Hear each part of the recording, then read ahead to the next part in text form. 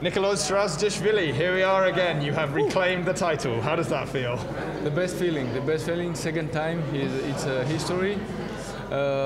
Maybe a few favorite in my category was not here, but also it's a world championship, too many people, like 17 competitors, and it was the best feeling. It really looked like you came here to win. You were throwing big. It was really great judo. Talk us through your mentality in the approach to this tournament. The mentality that I get, it's about daily training. I try to improve daily. It's daily work. I think it's to be 1 second every competition, because this year I didn't get gold medal, and now I am that shape that I want at the beginning of the year. The most important here, that it's so close for the Olympics, and I feel in very good shape. In Olympics I will be better. So in the final you were against Uzbekistan's Bobanov. He's really coming up at the moment, a very dangerous fighter. Talk us through your mental approach to this fight.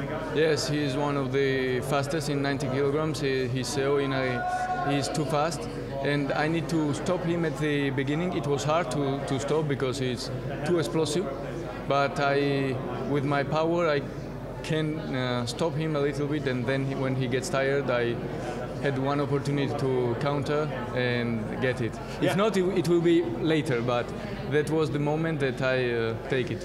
Yeah, so he came in, I think, for the Kosoto. Yes. Yeah. Is this a moment that you'd trained for? Were you expecting this, or was this more like instinct? I think half and half. I sometimes I do in the training, but I never practice like for that, because Bobanov, he always do seminaries, always do something that maybe Oroshi, left side, right side, he do a lot of times, but never Kosoto for me, or I didn't see in the competition Kosoto. And it was surprise, and it was a feeling. This is a fantastic result again for Spanish judo. In fact, the tournament has been very good for Spanish judo. I think this is maybe the 4th or 5th medal. Yes. Talk us through like how great it's been to see other people from Spain take medals, and did this give you like motivation? Yes, it's give us the motivation for us, for the children, and for the Spain of country before the Olympics. You know, I think it's the most important before the Olympics, that we can see that the team is in very good shape. We have Garrigos, bronze medal, girls bronze and second, and it's the best competition of the history of Spain.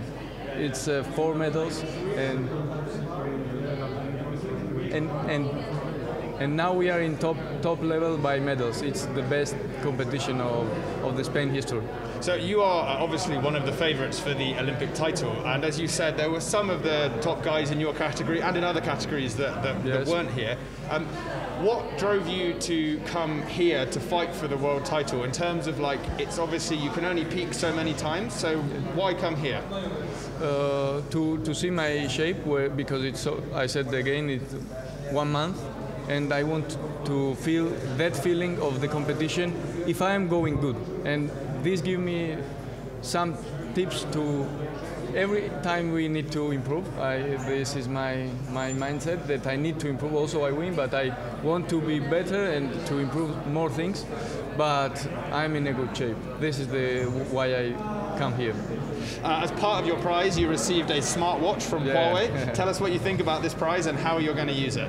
I will use by training, but also it's nice to maybe go with outside. But I think for the training and running. And last question, what are you going to do between now and the Olympics to make sure you get the same colour around your neck in Tokyo?